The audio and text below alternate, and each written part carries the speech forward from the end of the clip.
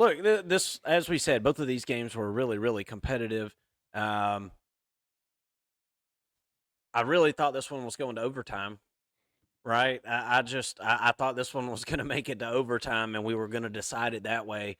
And Drew Aller, throws a really, really bad interception there towards the end of the game, and Mason, it really plays into exactly what I had spoken about last week, or I guess it was earlier this week. Um, Drew Aller hasn't been in a lot of those moments, man, and he hasn't been in a lot of those situations where you're asking him to do something like that. And you can tell a quarterback over and over throughout their entire career that it's a cardinal sin to roll, throw back across your body across the field. But there's times whenever you're a young man that you just can't be told shit, and you have to go out there and skin your knee before you're going to actually learn that you can't do that. Everybody says you can't do it, but until you make that mistake and you feel that burn, you don't know why everybody tells you that you can't do it. And I'm not saying Drew Aller, he's played quarterback a ton, but at this level, everybody all year talked about how great Drew Aller has his development has went over the last couple of years, and I do agree with that sentiment. I think that his development has been good, and I think Andy Kotelnicki coming over and running this offense for Penn State, I think it was an overall net gain. If you look at Drew Aller's yards per attempt passing the football this year, it's right at double what it was last year. And that's great. And that's momentum. And that's going in the right direction for this offense. But it got to a point in this football game where you're putting it all on him to go out there and try to win this thing. And I don't think he's that quarterback yet, Mason. And that's exactly what I said earlier in the week. And I feel like that fact just kind of reared its ugly head in this game. Now, look, Drew Aller was going against a hell of a defense of Notre Dame. So I just want to throw that out there. I mean, Notre Dame has been a great defense all season, specifically the secondary. The run defense has been good too. Don't get me wrong, but the secondary has been ironclad all year. So you got to take it with a grain of salt. But Drew Aller, 12 of 23, 135 yards, one interception, average 5.9 yards per attempt, no touchdowns on the day. So it was just a tough situation for Drew Aller to be put in, and then he made the huge mistake. Notre Dame gets down the field. Enough about Penn State, though. I do want to say Notre Dame really impressed me the way that they moved the ball through the air in this game. Well, can I give you my piece on Penn State before we get Yeah, over to Notre Dame real quick? yeah. Um, I was really impressed, and for a large part of the game, I thought Penn State was going to win this. Right? Yeah, I don't know how you felt, but it seemed They like ran the ball great.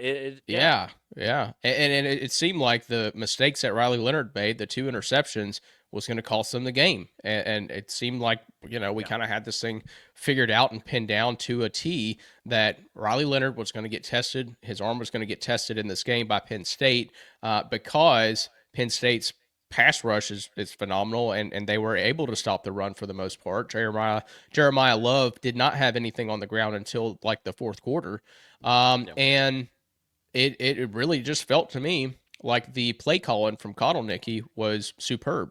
And I know it didn't lead to a ton of points necessarily, but you saw some creativity. You saw them be able to target Tyler Warren and get him going in this game, which is something that some people maybe thought that Notre Dame's defense would have an answer for that. It seemed like they really didn't. I mean, there were a couple of times where he was covered, of course, but for the most part, he did what he wanted to in that game, and it was really impressive. I just I came away with more respect for Kotelnicki, who I already respected as an offensive coordinator.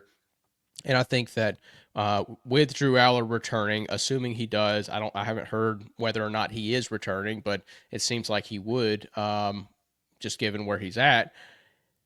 I like Penn State's trajectory for next season. I know they're losing a lot on the defensive line, and some pieces on defense. It's going to happen year in and year out when you're a team that plays as good as Penn State does on defense. You send guys to the NFL. That's what happens. But I think that the offensively at least, the best is yet to come for Penn State. And this might next year could potentially be the best offense that Penn State has had under James Franklin, particularly in the passing game. Got to replace Tyler Warren. That's going to be really tough. Got to go get some But wide receivers. Got to go get some actual got to wide get some wide receivers. receivers. Not a single catch by a wide receiver in this game for Penn State. Yeah. Every Mm-hmm. pass was to a running back or tight end.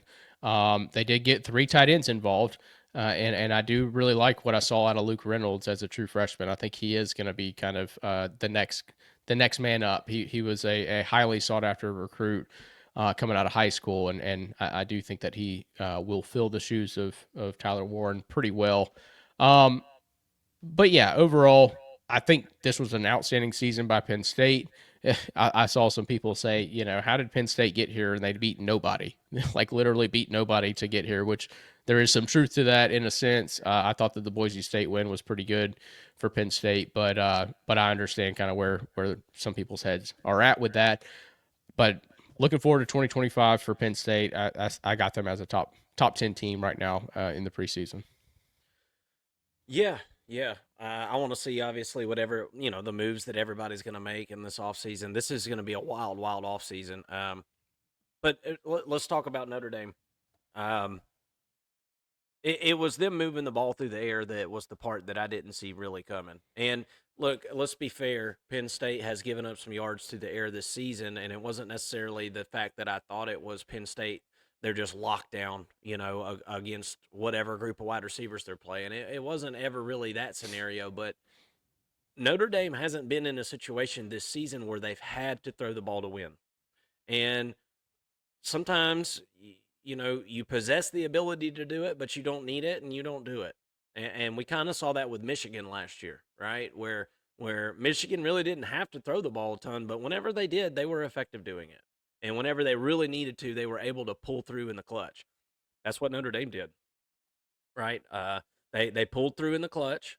Riley Leonard is exactly. I thought Marcus Freeman described him perfectly after the game. They asked, obviously talk about your quarterback and what he's done to get you here, blah blah blah, all that yada yada mess, the field speak. Um, but I thought there was a lot of truth to what Marcus Freeman said in the fact that he's just a competitor. That's what you want out of a quarterback, not a guy that's like, oh, I got 300 yards passing every game. That's great. That's fantastic, and those things do help your team win. But Riley Leonard isn't interested in that. Riley and this offense isn't interested in that. They're interested in doing whatever it takes to win. And he's just a perfect match for that personality of offense, I feel like. The play calling I thought was really good. Mike Denbrock is one of the best in the game. There is zero doubt about that. One of the best offensive coordinators in college football right now. And that's not something new to this year, guys. That's been going on now for a few years. So really, really impressed with Notre Dame and their will to win. I just have to say, and the way that they drove down the field there, that was a championship drive there at the end to get in position, right, to be able to kick that field goal, and well, especially with the iffy kicker. I mean, you couldn't just get it on the 35 and it's you're good to go. I mean, you had to get that sucker in position, centered up on the field, all that stuff. Um, and I just got to tip my cap to Notre Dame because I think that they've coached their way. I see that Double O'Neill puts in the comment section, that's what a good coaching staff does, and I do agree with that sentiment. I feel like this has been a kind of a coaching masterclass this season in the big games for Notre Dame. They've had a great game plan every time they've stepped into a big situation, and they've been able to execute that game plan. Minus the one loss there at NIU, or against NIU, I should say. Um, Still don't understand how NIU beat Notre Dame. That doesn't make any sense to me. That's the most college football shit I've ever seen in my life. And here we go, Notre Dame with a ton of momentum throughout the whole season, has carried it all the way to the national championship game. They win 27-24. What are your final thoughts here on Notre Dame headed into the Natty? Excuse me. Well, first of all, There was a moment in this game, you brought up the NIU game. There was a moment after the second pick where I saw Riley Leonard on the sidelines, on the side of the field, and he had a similar look, this like anxious sort of look on his face that I saw against NIU. And I thought, oh no, this guy's seeing ghosts out here. Here we go. He's going to start throwing more interceptions or not connecting on passes. And I think that the coaching staff and Mike Denbrock did a good job of kind of coaching around that, saying, "Hey, our quarterback's not throwing the ball quite as accurately as we'd like. He's throwing the ball over, or turned the ball over a couple of times. So let's get Jeremiah Love involved a little bit, right? Let's see if we got something in the run game here." And they did. Jeremiah Love kind of really won them this football game, I think, in the fourth quarter. He really got going there late in that game, and Penn State didn't have much of an answer. Penn State tried to answer and ended up throwing an interception. Drew Aller probably made the worst throw that he could have made in this game at the worst possible time, and that cost Penn State the football game. But looking at Notre Dame, and I do want to get to one point before I forget. When Steve Angeli came in,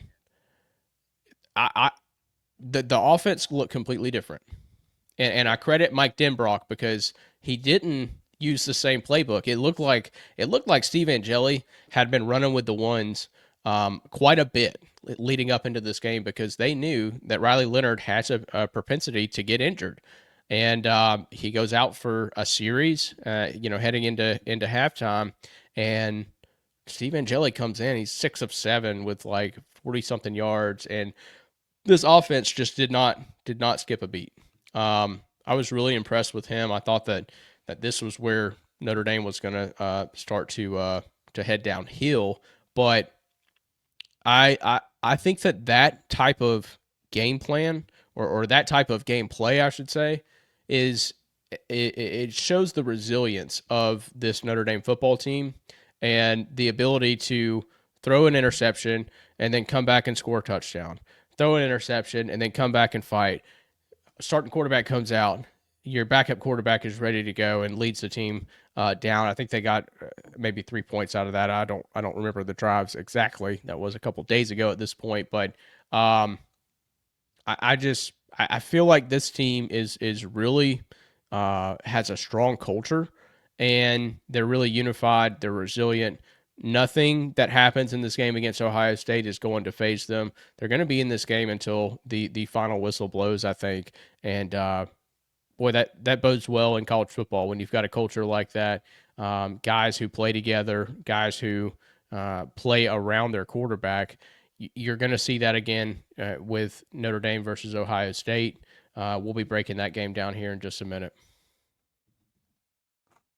Yeah, absolutely. Absolutely. Congratulations to the Notre Dame Fighting Irish because, I mean, it's been a hell of a season, and nobody was looking at Notre Dame halfway through the season and thinking, okay, they'll be in the national championship. Now, I have to say, Riley Leonard coming over to Notre Dame definitely gave me the warm and fuzzies in the offseason. I felt like, holy crap, this is a really good matchup here. But to be able to see that all coming to fruition and them playing in a national championship game, I didn't see that coming.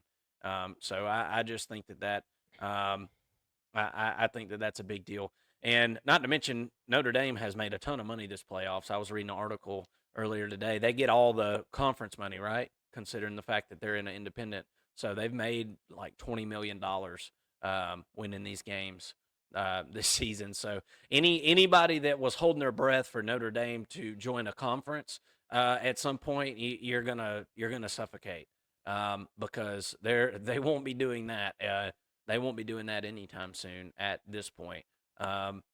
Congratulations again to Notre Dame.